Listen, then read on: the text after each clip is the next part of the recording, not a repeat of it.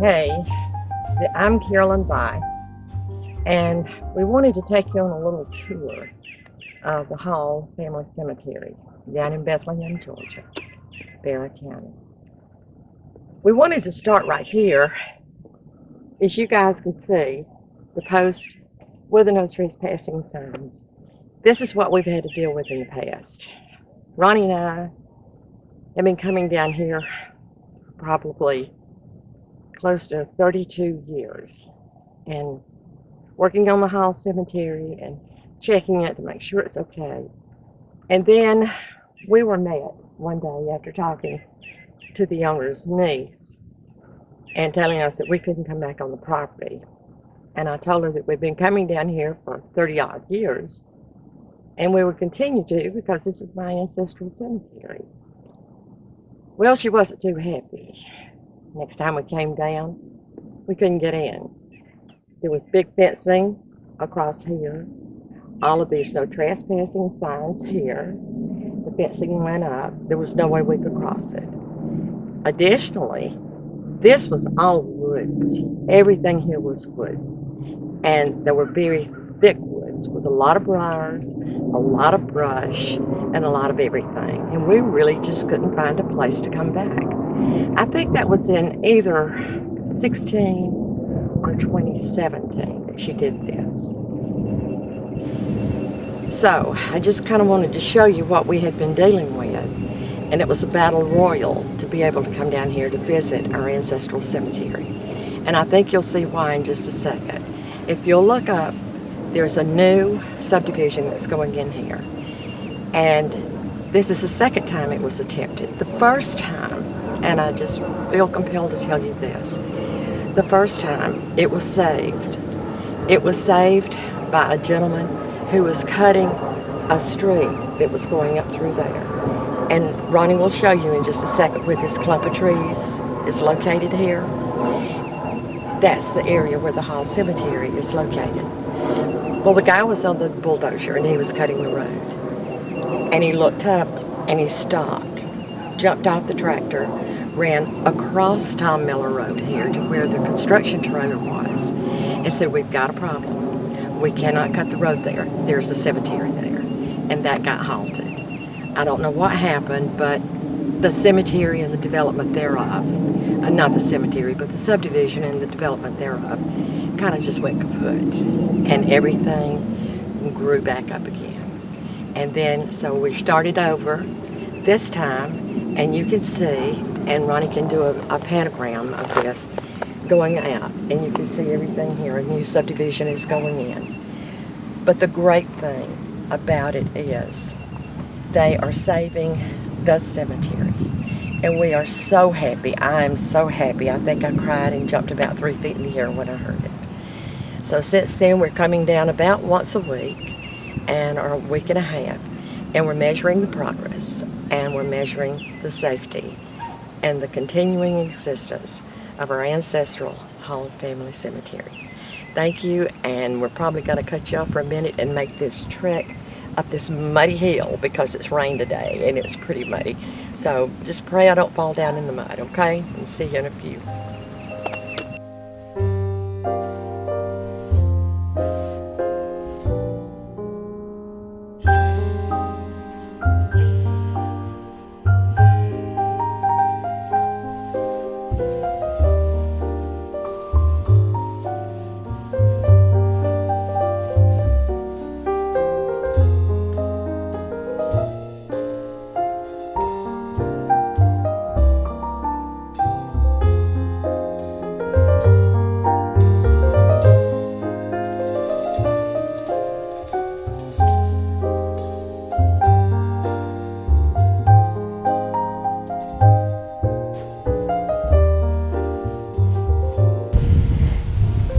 We're now in the middle, I guess you could say, of the Hall family cemetery.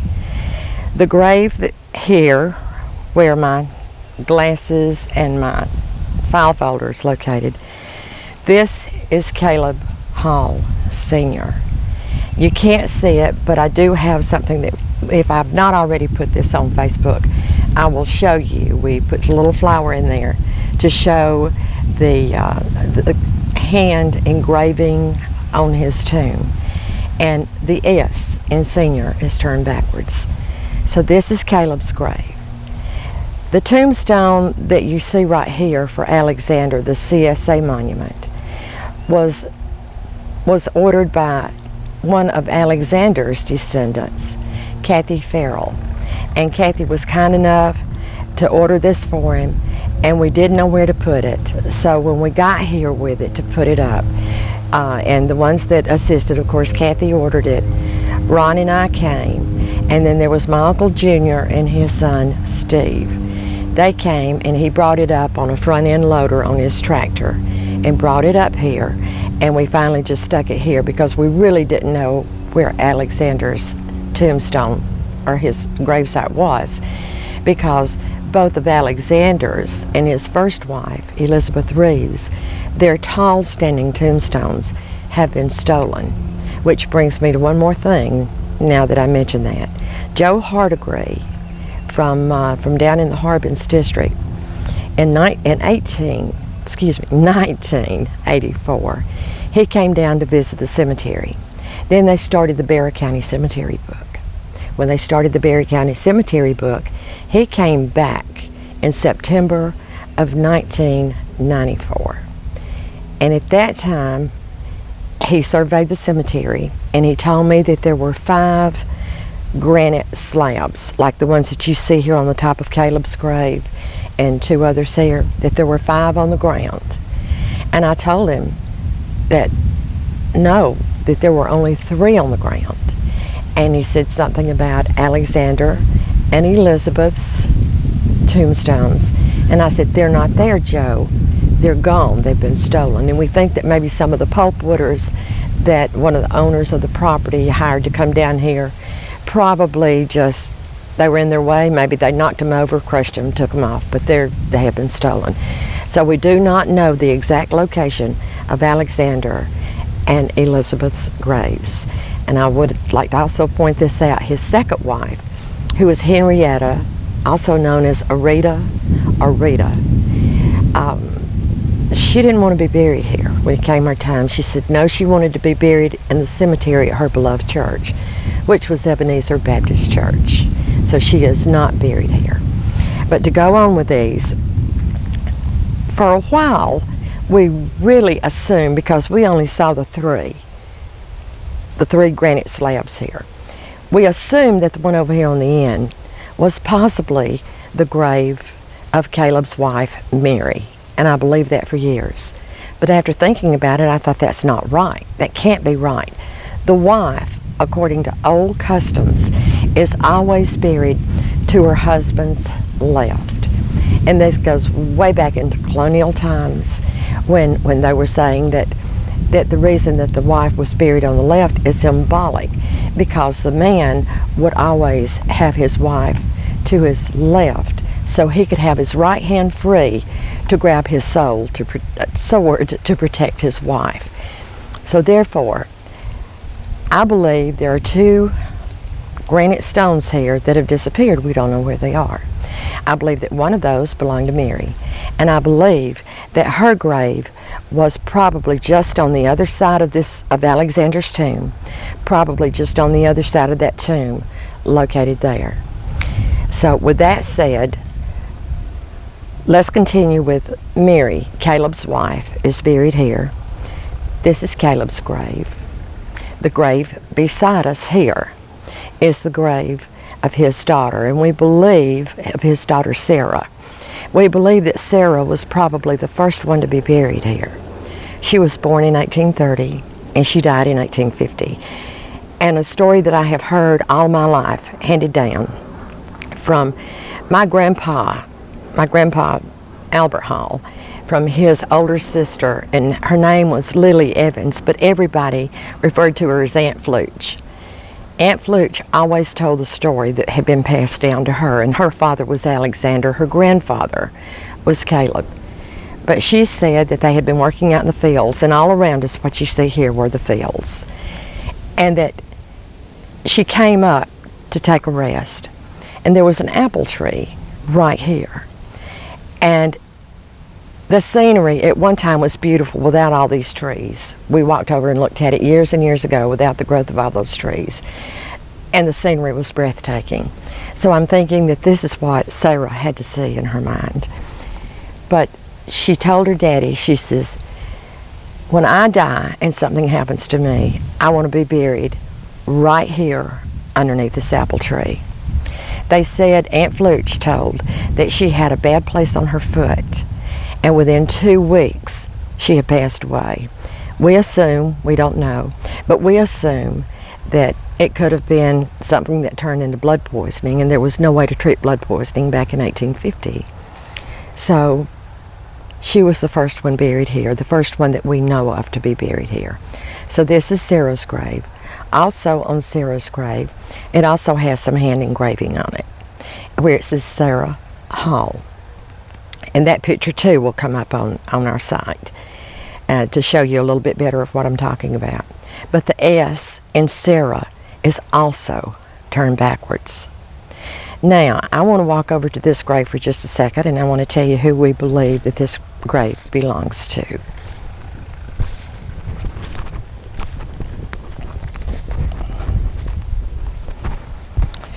The grave here that we assumed to be Mary's grave, Caleb's wife, it turns out after doing a lot more research, in-depth research, we discovered that Caleb's daughter, Elizabeth, who married Jesse N. Wages, passed away. I've looked in the Gwinnett County Cemetery book, and they have her listed along with her 2 daughters, Susan and Sarah. They have them listed, but they said that the whereabouts of their burials was unknown. But, and this is very important, and I think that it links those together, I really do. In the census that was taken, in 1860, and I can't remember the exact title, and I didn't bring the page with me, but it's more or less a census of the deaths that had occurred. Now, it has here that she died in 1850, but she's not listed in that. But with Caleb, they have his death as being in June of 1860. But then if you read this, it says those who died up to June the 1st of 1860. So if they've got him listed on this thing, and everybody assumes that he died in June of 1860, it most possibly was that he died in June of 1859, 1 year prior.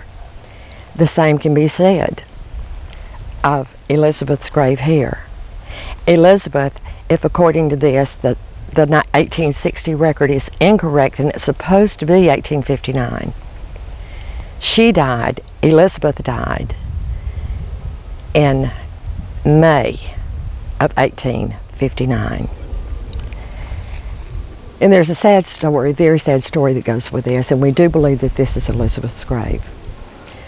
In June of 1859, she had 2 daughters, Susan and Sarah. And I can't remember which was which, but one was 2 years old. And according to the census, it said that she died of bleeding lungs. The baby was 8 months old, and it says that her cause of death was not known. So we do know that behind these graves, and this is according to the archaeologist. I've talked to him on several occasions. He's told me that this would be considered the first row of graves. There is another row of graves at the head of these graves here on the first row. He says there are children, small graves in there. just above where the children are buried, up above that, there are another row of graves. He said possibly 4 or 5 graves up there. And he says they were adult-sized graves. So with that said, when you stop and you think about it, you really stop and you think about it, Caleb lost Elizabeth a month before he died. Then, in June, her 2 babies died. So did Caleb. He died with heart dropsy, supposedly 700 days after becoming sick, is what I have read in some of the paperwork that I've got on it. So this is the way the cemetery at this point is laid out. We don't know, again, where Alexander and Elizabeth's graves are, but we do want to find these graves and possibly get them probed. Now, the archaeologist told us that he found 12 definite graves here. They were definitely graves, with others that they suspected to be graves. Now, as we get up and kind of walk back just a little bit, you can see there's some little small white flags around the boundary of these graves, just all around the boundary of these graves, where graves were found inside these white flags.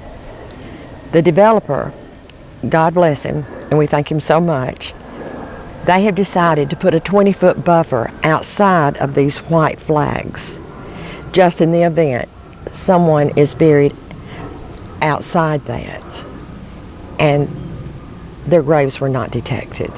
So I really appreciate him doing that, and I owe him a great debt of gratitude for doing that, for allowing the 20-foot buffer, and it goes all around the cemetery. So with that said, I just wanted to come out and talk to you guys about this and let you kind of see the cemetery. And as you can tell, it's in pretty bad shape right now. Trees have fallen down even since we came down here last, and we come down here no longer than 2 weeks apart, but we usually try to come every week. But you can see how these trees have fallen, and you can see also that there's a lot of brown over here. Now, thank goodness for my husband. He's very smart, and I really appreciate him doing this. There was a lot of viney growth that was buried here, or growing here, and it was up in the trees. It was everywhere. Well, Ronnie brought down some weed killer, and he sprayed it, and he sprayed it, and he sprayed it. All of that is now dead. So when it comes time to have the cleaning of the cemetery, all that can be pulled up, thrown away, burned, ever how they're going to get rid of it. But I did tell the developer that we were hands-on and we wanted to be here when that was done. We didn't mind picking up trees or brush or raking or doing whatever. And he assured me that we didn't have to come out and do anything, that there was going to be a professional tree service that he had hired that would come out at the right time and clean up the cemetery. So for that, I am extremely grateful again for that, but we'll still be there that day if we know which day they're coming. And but I think that's all I wanted to show you basically about the cemeteries here. But I wanted to talk to you a bit about some of the things that we've learned and some of the things that we have gone through in our quest of coming up here. And Grandpa Caleb, if you don't mind, I'm going to sit on your grave. And I'm going to sit on this. Oh, and I do want to tell you this. I forgot about this, the slabs. Aunt Flukes, the one that I had mentioned earlier, has said many times that the family went by horse and buggy, or mule and buggy, all the way to Stone Mountain. And these pieces of granite that you see were actually taken from Stone Mountain. They're not smoothed down. They're in their original shape. And you can even see some of the little holes. Here's one right here, and then there's one up here behind me where the dynamite was placed, most likely to get these stones out of the mountain. And I wanted to tell you about that, but she said that they went out and did that. And this cemetery, from hearing all the tales growing up, is very near and dear to me, and I'm sure it is to a lot of you people out there too that were related to Caleb. And so I just wanted to tell you a bit about that. But then I also wanted to tell you too, I'm still searching, and I was wondering if any of Caleb's children were buried here other than Alexander, Elizabeth, and Sarah. Well, I don't think so. I've done the census on these, and I can tell you very quickly, his son James and his wife Jane are buried at the Harmony Grove United Methodist Church Cemetery in Auburn in Barrow County.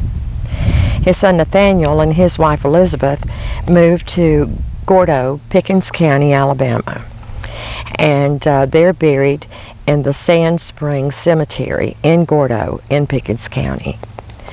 Caleb Hall Jr. Caleb, too, moved to Alabama, and he and his wife, Sarah, are buried in the Fredonia, Chambers County, Alabama. I couldn't find a cemetery for him, but I know that that's where he's buried.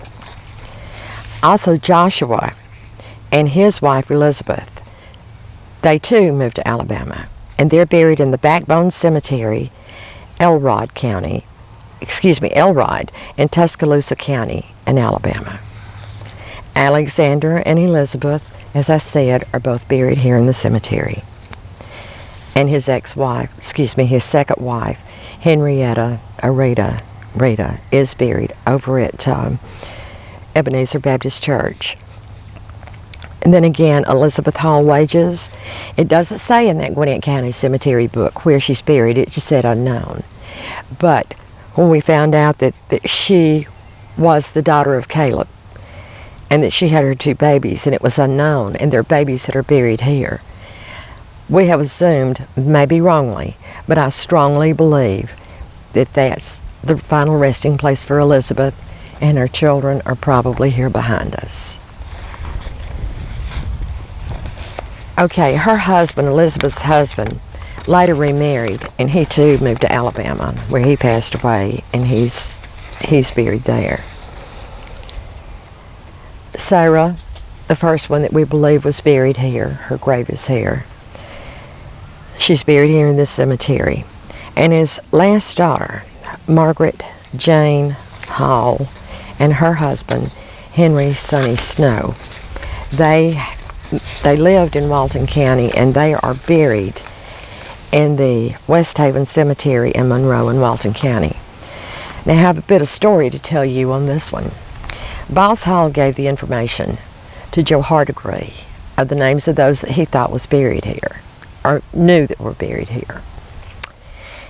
In the 1860 census, this was after Caleb had passed away, Mary and a lady by the name of Jenny were living in the house with Alexander and Henrietta. Now, during this time, I had the information on Reverend Nathaniel Hall, who was Caleb Hall's father. I had the information on him, and I'll go over that in just a few if this rain holds off a minute. But in his will, in Reverend Nathaniel's will, he dictated in that will that he did not want any property or anything sold, number one, until after his wife had passed away. Number two, he did not want it sold outside of his immediate family. I found his probate papers, and I've got copies of all those things at home. And it seems that he owned 2 slaves, and they were both women. It was a mother and a daughter. And I found out later in further research that the daughter, and I didn't check on the mother, but that the daughter was also born in Halifax County, Virginia. Well, I want to stop here for just a second and tell you that in the early 1780s, Reverend Nathaniel packed up his family with two of his brothers. One was Fenton, one was John. And remember that name of Fenton. It's a name that seems to to replicate throughout the generations. And their sister, Sarah DeJarnett, who later married Israel Pickens. They ended up in the, I think it was the 96th area of Pendleton District, South Carolina, which is now known as Anderson, South Carolina. Well, I'm wondering with them if they brought those two slaves with them, because the young one, the daughter being born in Halifax County, Virginia, tells me that there's a strong possibility that she was brought with them on this trip down to Pendleton District, South Carolina, again, which I say is now Anderson, South Carolina. Well, in his will, he named the mother Ufley. I don't know if that's pronounced Ufley or how it's pronounced, I don't know. But her daughter's name was Jenny. And in 1860, living with Alexander, living with his wife, his mother, there was a woman named Jenny. They never reported her as a slave. It's the one and only time that she was ever seen on a census here in Gwinnett County. And I've never seen her on a census that was up in Pendleton District, South Carolina either, and I've looked. So I do believe that with Jenny being here, and I did find documentation that said that she was born roughly in 1780. Caleb was born in 1775, so there was only 5 years difference. And he most likely grew up with her, knowing her. But when he went to the sale, the only item that I found that he purchased was one slave. And I believe that slave to be Jenny. I really believe that that's who she is. And I do believe that Jenny is most likely buried here, because I can remember, again, Aunt Flooch telling the tales of an old black woman who was really, really sweet, who took care of the family. And again, I do believe that that was Jenny. And I just wanted to share that with you. Now, some of my information may be wrong, but I've searched and researched till 2 or 3 o'clock in the morning. I've done this for years. This is not an overnight thing. And it's enough to kind of sort of make you crazy, I guess you could say. But everything that I've told you leads to the conclusions that I've just given to you. And there's Aunt Goodness. Well, we've gone through a lot coming over here to the cemetery. I mean a lot.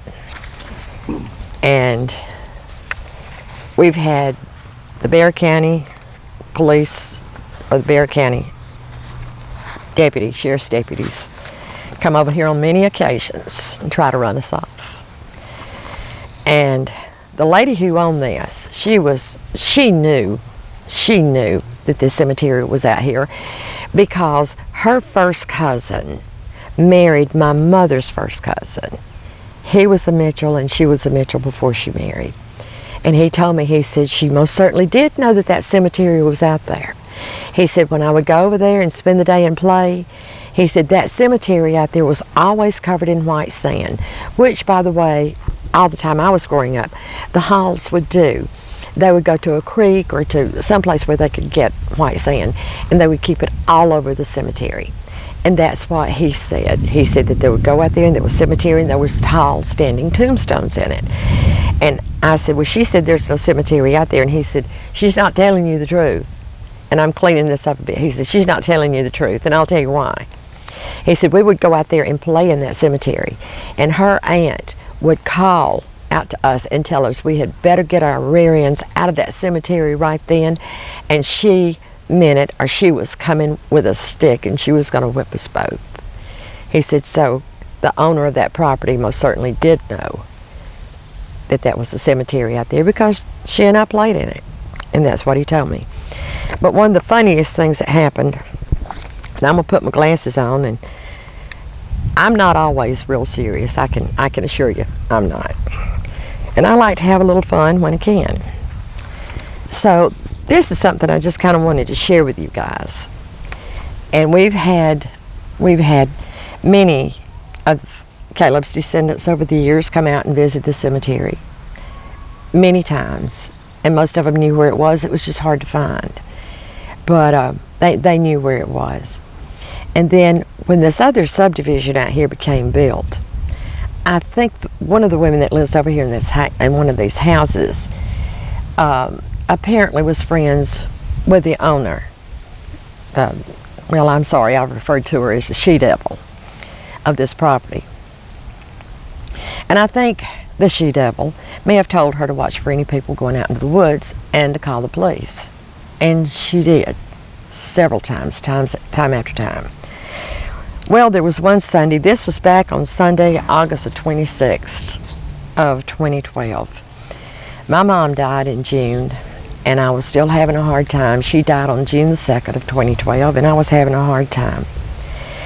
Well, I just wanted to read this story to you, and I think it'd be a lot faster to read it than it would be to tell it. So I'm just going to read it verbatim. This is my story. It is a true Southern story, so I'll begin by telling it as such. Y'all ain't gonna believe this. Set the stage for you. A lazy Sunday afternoon. I'm still in my pajamas. I'm not feeling well physically, mentally, emotionally. I've been sick all week, again, and still missing my mom tremendously. The phone rings. A distant cousin who has shared Hall family genealogy info with me and I with him calls. Just thought he wanted to talk about family. Since I knew it was his birthday and I have caller ID, I answered with a hearty, "Happy birthday, Christopher."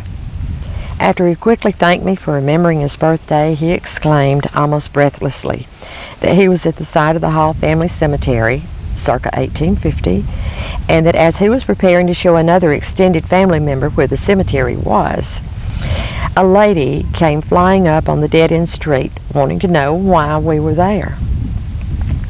Christopher explained in a gentlemanlike manner, because he's extremely nice and an extremely polite guy, why he was there and what he was doing. In turn, she became very belligerent, telling him that there was not a cemetery in these woods and she was going to call the police. Christopher was shaken up, and I told him that according to Georgia state law enacted by Governor Zell Miller in 1991, that we were well within our rights as descendants to visit the cemetery and to visit as often as we wished. And as a matter of state law, we were supposed to be given the right of egress and ingress to a cemetery, which the she-devil refused to do, and which was a way to get in and out, even if it was over private property. Chris knew this and tried to explain it to her, but she wouldn't have any of it. She pulled away. This woman that came up pulled away from the site just a short distance and sat in her vehicle watching as Chris and I were talking on his cell phone. I asked Chris if she was in walking distance to him, and he replied that she was. I asked him to please walk toward her car, and while still talking to me, and when he reached her vehicle, to tell her that I wanted to speak to her. Well, I don't think I'm going to read this paragraph because it's not too nice, so I'll jump way down. Anyway, Chris, as he was walking to the car, she abruptly left. And after telling me this, I reiterated to him that we, as Hall descendants, were well within our rights to visit the family cemetery as we wished, for him to go into the woods to the site, and if there were any further problems, to call me again. Okay, that sounded good so far. So a little time passed, and Christopher called again.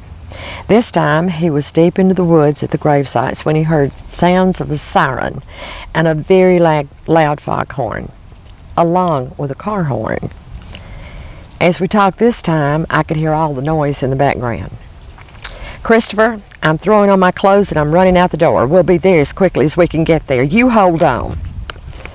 So I ran back to the bedroom to change my clothes and asked Ronnie to grab my Barrow County Cemetery book for proof that the cemetery existed at this location, just in case I needed it. As we started out the door, Chris called back and said he had talked with the deputy and that everything was okay. For some strange reason, probably because it's still in my dreaded month of August. I hate the month of August, y'all. Nothing good ever happens to us and our family in the month of August, so I hate August. I didn't believe it was okay.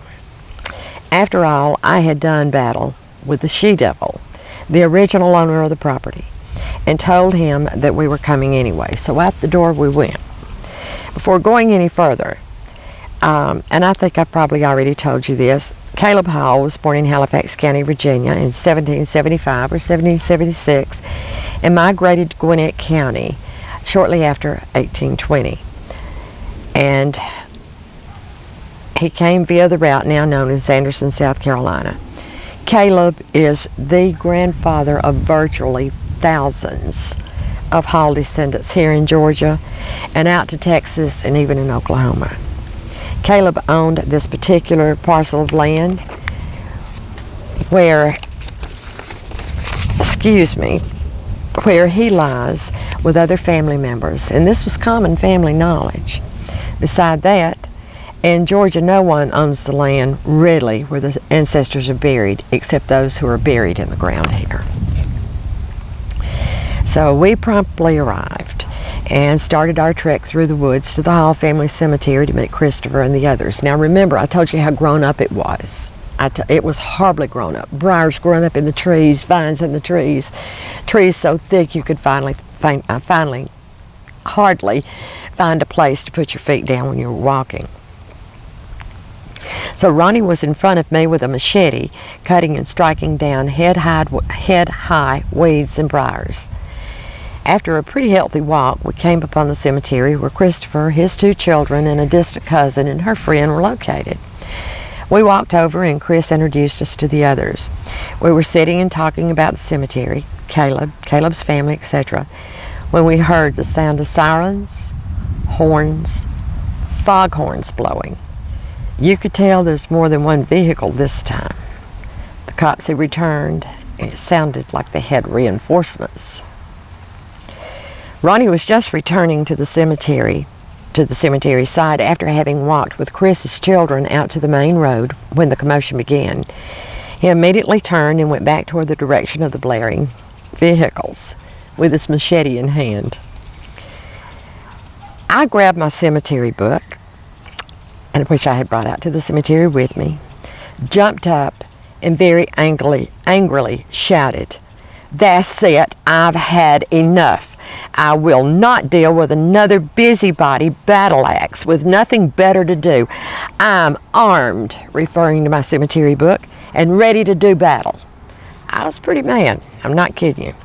So off I went stomping angrily through the woods. I didn't realize how far ahead I was of everybody else until I turned around and didn't see anybody behind me.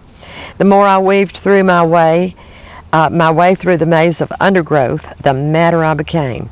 How dare that broad call the cops on us again? Every time we came down here, it was the same thing. Finally, after reaching the clearing, I saw not one, but 2 Barrow County Sheriff's cars. As I found my way around a fence some idiot put up to keep people out, I was waving that book above my head and shouting something that I seriously don't even remember. All I know was that I was mad, and those uniformed deputies didn't wrinkle my feathers one bit. In fact, they wrinkled mine. Somebody had some splaining to do, and it wasn't going to be me. Okay, remember when I told you I was sick? Listen, y'all, my hair was barely combed. I didn't have on a stick of makeup, and good Lord, I hadn't even brushed my teeth. I looked awful, and I looked sick, which I was. In retrospect, however, I probably looked more demented than ill. Unbeknownst to me, and I didn't find this out until later when we were talking about this, when Ronnie came out of the woods bearing his machete, the cops were clearing the woods on the other side of him. Seeing the machete, they very gingerly and cautiously approached him, telling him politely that they needed to take his weapon. His weapon. They proceeded to disarm him and place the machete in the bed of our truck. Ronnie said they were very polite and listened to him. He tried to explain what was going on while we were out here. And they probably thought he was demented too. After all, he was the one coming out of the woods carrying a gigantic machete. I charged the deputies, acting a lot like If y'all ever seen Sanford and Son, then I'm sure you remember Aunt Esther. I came out acting pretty much like Aunt Esther. I was swinging that cemetery book over my head like this, and I'm hollering, "Here's a proof this cemetery exists. Here it is. Look at this page right here." I opened the page and shoved it into the faces of those two deputies. It's a wonder if I'm still not locked up today. Now, all the while, I was in a rant declaring our rights as descendants, telling them the Bexar County Commissioners knew of the cemetery because we had already been to the county commissioners, quoting Georgia law concerning the cemeteries, etc., etc., etc. The supervisor, I guess it's good that a supervisor came, because the way I turned out to be acting and Ronnie coming out of the woods with this gigantic machete, I guess we were lucky the SWAT team wasn't called out. This is Bexar County. So he agreed with everything that we said and told his deputy that I was right, that we had that right to do that. To which I replied, "Well, duh. There's been a cemetery here since 1850 when the first hall was planted there," was my reply. Well, the deputy decided that it might be a good idea if he could borrow my cemetery book and go over to the complainant's house, show her that the cemetery did indeed exist on these grounds. And I said, "Can I go with you?" She made the complaint against me as well for trespassing. "No, I'll be back in a while. Just stay where you are," replied the deputy. "I really need to go with you to explain our rights to her and tell her that if she doesn't agree with them, then we'll see her in court," I argued. I was getting madder by the second. "No, you just stay here. I'll be right back," he told me again. "Well, I'm certainly not leaving without my book," I indignantly replied. The supervisor of the deputy didn't leave for some reason. He just decided to stay and survey the situation.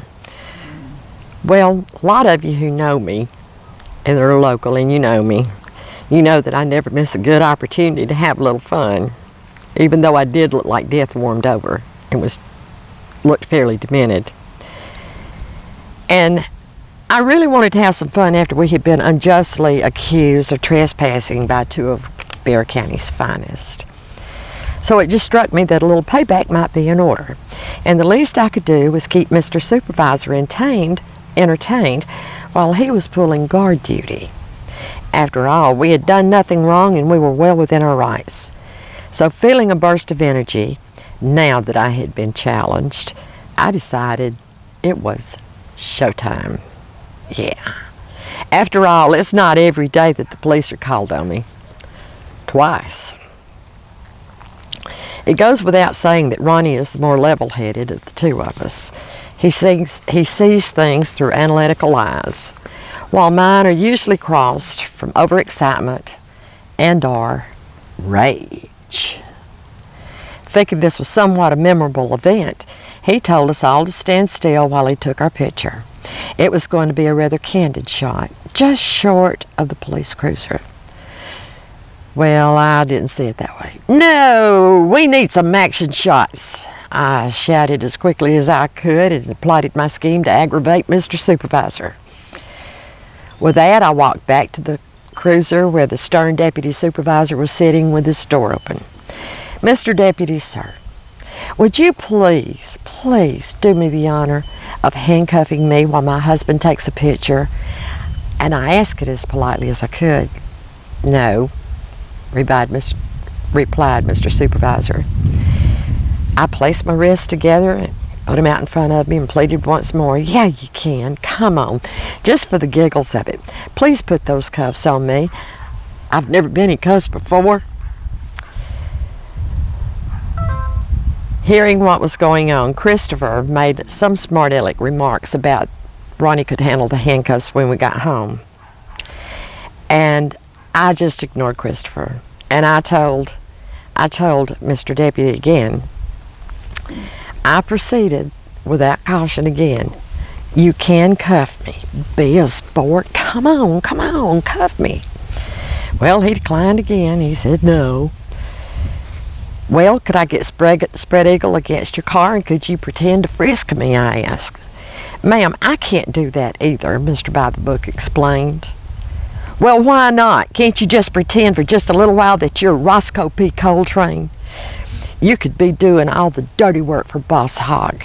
Come on, just for prosperity. By this time I was begging. I really wanted some action shots. I said, I promise I won't tell anybody. I'll just post it on Facebook that I was arrested for fighting or robbery or prostitution or something. My friends will get a kick out of it. Please, please. That was my continued pleading. Ma'am, I just can't do that, the officer replied. Well then, we're going to be on cops. No, ma'am.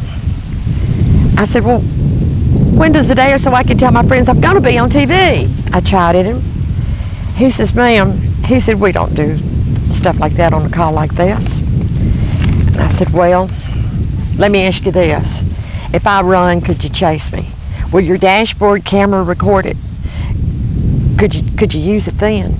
I promise I'll run slow, I begged, looking forward to my TV debut. Ma'am, you've been on camera the whole time, was his morbid sounding reply.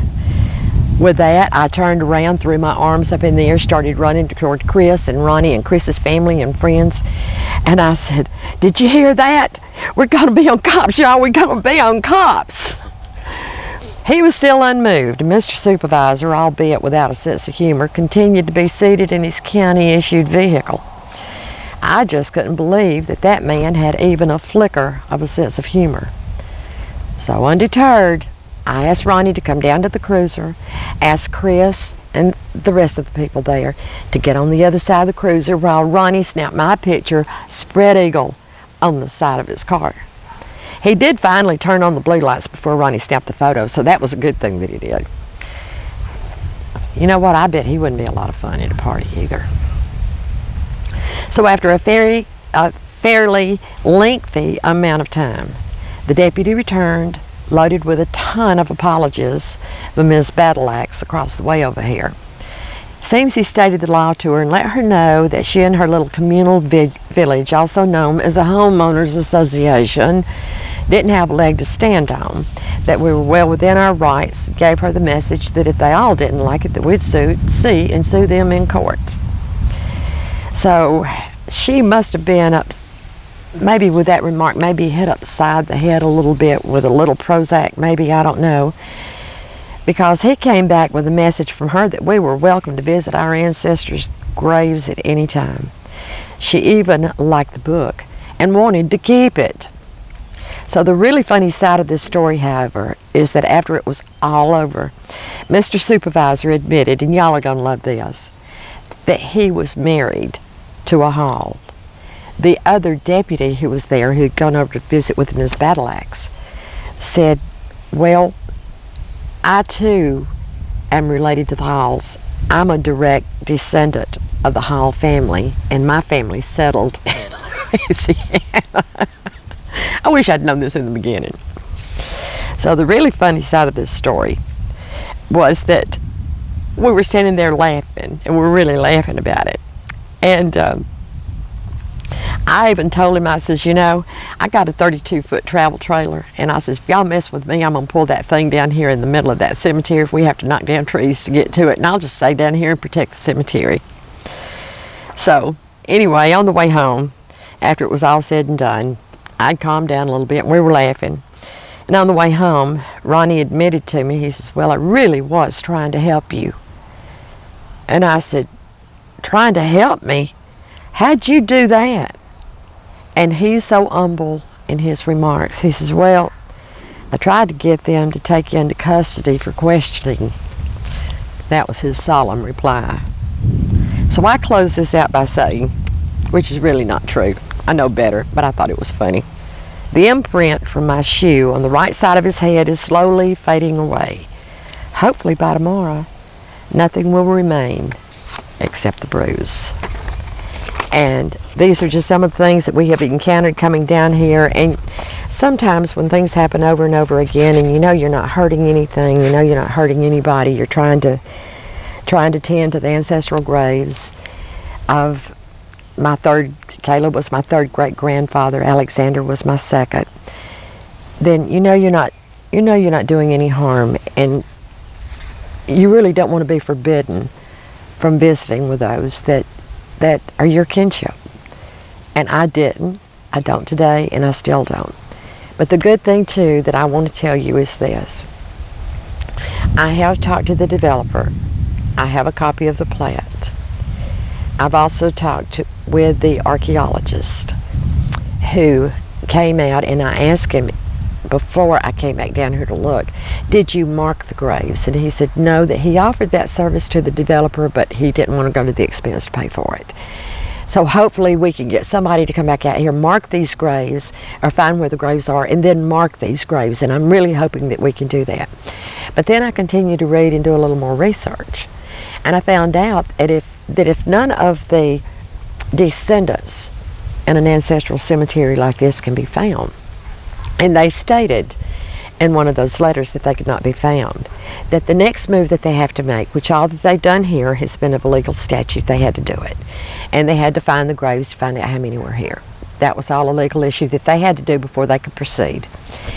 And so I found out that if they couldn't find any of the descendants, then they had the right to go to the courts and ask for a permit to move the graves in the cemetery.